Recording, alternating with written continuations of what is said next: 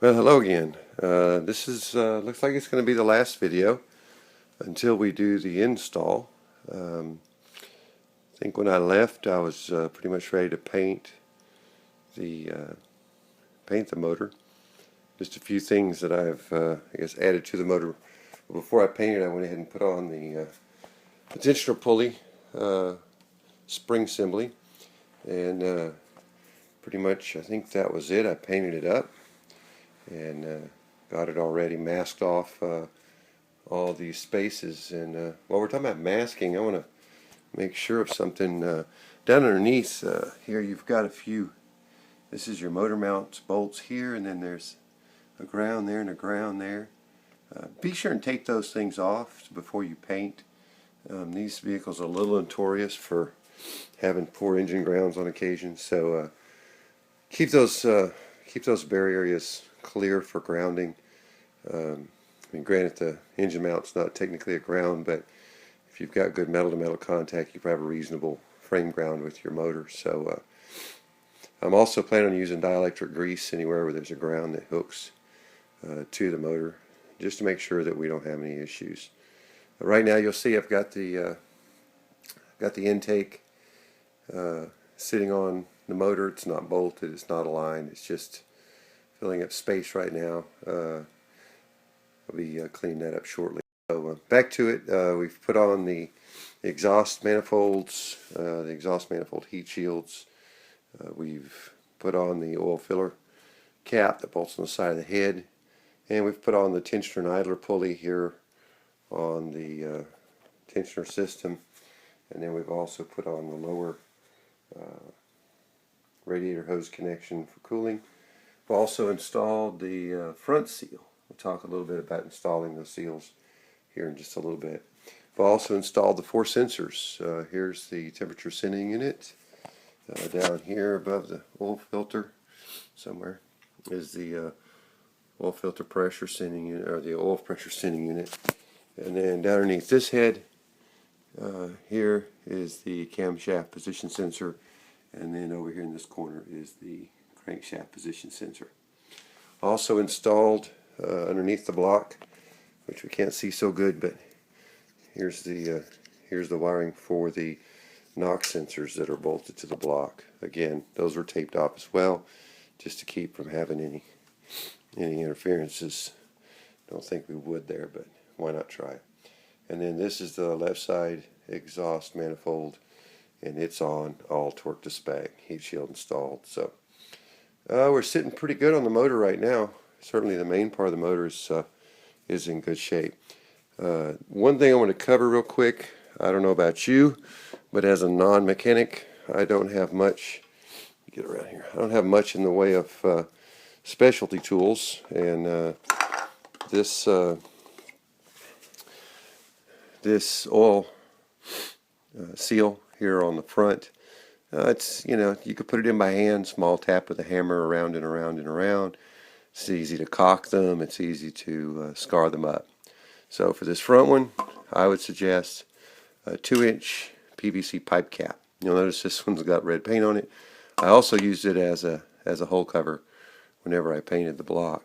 But 2-inch PVC pipe cap fits nicely around. If you take the bolt out of the end of the crank, then you've got plenty of clearance, and you can just tap that little oil seal right in there. It goes in nice, straight, smooth.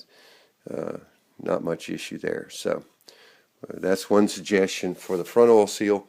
Now the rear oil seal is considerably larger. Right now with this engine on a mount or on an engine stand, it goes down in there somewhere. You can't really get to it very well. So matter of fact, here is that oil seal. It's quite a substantial diameter seal. I certainly don't have a socket big enough. It's what I would typically use to drive in a seal. So what do? Again, what I did was I took both my front and rear seals. I went to a local hardware store, and in this case, this is I think it's a 3-inch by 4-inch adapter of some kind. Basically, I just held a number of fittings up to my seals, and this one seemed to fit well. So once we get this thing off the engine stand, and once we get it hanging on the engine hoist. I'll tap that little guy in there, and I'm quite sure this one will work just as well as our 2-inch pipe cap did for driving those things in. I tell you, I get a little neurotic particularly about seals. If you've ever worked on a seal while the motor's in the car, particularly a rear seal, miserable job. So y'all but pull the motor out of the car, and been there, done that. Really don't want to go back anytime soon. So rear seal will go in before we install it. A few things: installed the dipstick, a little O-ring press connection with a bolt in the back behind the intake. Now, whenever I install this, the intake will not be on. This thing is challenging enough to get in the vehicle, and in particular is these bolts right now that I'm using to hold the motor up. Those little guys are tough enough to get to with the heads on, and there's another one here that you have to get to from the bottom. But these little guys are just near to impossible with this intake on there. So leave the intake off. I'm going to leave the intake off. You can do what you want, but I would suggest you leave the intake off and that you only put it on once it's inside the car, and it gives you a lot more clearance. I'm debating whether I'm going to put the harmonic balancer on before I put it in the car. I probably will. Why not, right? So we're sitting good, I think, at the moment. It's a little unnerving to think about the number of moving parts that we've touched over these last now 10 videos, and just hope they all come together and run. I think it's doable, but it is a little scary. I mentioned I'm going to clean this up. Really, this part is just a matter of washing it, literally, to get it reasonably clean again. I'm going to pull the throttle body assembly out and clean the throttle body assembly, and then I'm going to pull the sensors, several different sensors here on the intake system. I'm going to pull those sensors out, and then I'm going to give this little guy a really good wash.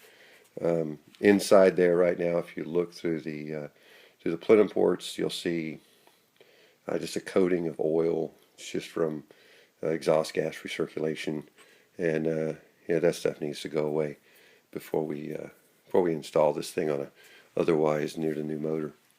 So we'll do all that, clean up over the next few days, and get that thing ready. I'm not gonna, no sense in putting the motor in the car till get all the parts ready. I've yet to install the spark plugs, and I've also not installed the fuel injectors yet. I'm being very careful, scared to death of dropping something in that motor. That would be the worst. But I will put the spark plugs in and fuel injectors in once I get it installed in the car. The reason I don't want to put them in, or at least not the spark plugs right now, is I want to be able to turn it over freely and make sure I've got good oil movement with the fuel pump relay out for a while, just to make sure that we're getting good flow of oil before I commit to fire it up. So we'll wait and put those in a little bit later. Anyway, like I said, oh yeah, one thing I was going to cover, the fuel